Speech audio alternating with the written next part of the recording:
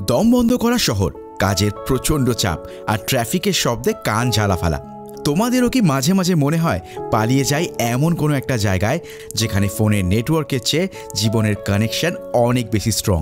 কলকাতা থেকে মাত্র কয়েক ঘন্টা, নামখানা পেরিয়েই নদী পার হলেই একটা অন্য জগৎ। স্বাগত মৌসুনী দ্বীপে। এখানে বাতাসের গন্ধে মিশে আছে নোনা স্বাদ, আর কানে আসে শুধু ঢেউয়ের গর্জন। মৌসুনীতে তো আমরা আগেও এসেছি, কিন্তু লটারি জেতার মতন একটা পারফেক্ট রিসর্ট কজনই বা খুঁজে পায়।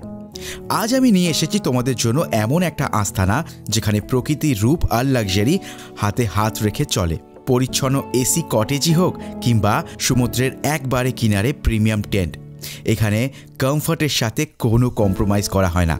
সাথে থাকছে বিশাল সুইমিং পুল, যেখানে ডুব দিলেই সব ক্লান্তি ধুয়ে একদম সাফ। আর বাঙালি ঘুরতে যাবে অথচ খাওয়া দাওয়া রাজকীয় হবে না, তা আবার হয় নাকি? ব্রেকফাস্ট থেকে ডিনার মেনুতে পাবে খাঁটি বাঙালির আবেগ। দুপুরে পাতে গরম ভাতের সাথে টাটকা পমফ্রেট আর চিংড়ি, আর সন্ধেবেলায় চিকেন বারবিকিউ আর জিভে জল আনা কাঁকড়ার ঝাল। বিশ্বাস করো, এই স্বাদ তোমাদের মুখে লেগে থাকবে বহুদিন।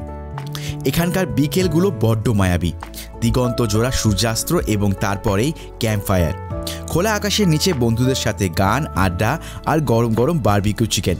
শহরের কোলাহল এখানে তোমাদের স্পর্শ করতে পারবে না। এখানে এলে মনটা নিজের মতন আকাশ খুঁজে পায়। অনেকেই ভাবে মৌসুনী ফ্যামিলি প্লেস কিনা। এই রিসর্টে 24 ঘন্টা সিসিটিভির নজরদারি আর ভদ্র পরিবেশের গ্যারেন্টি আমি দিচ্ছি।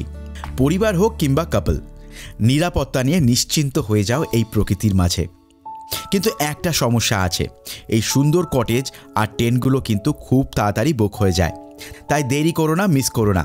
এখনই নিচের দেওয়া নম্বরে ফোন কিংবা হোয়াটসঅ্যাপ করে চলে আসো, কারণ তোমাদের জন্য অপেক্ষা করছে মৌসুনী।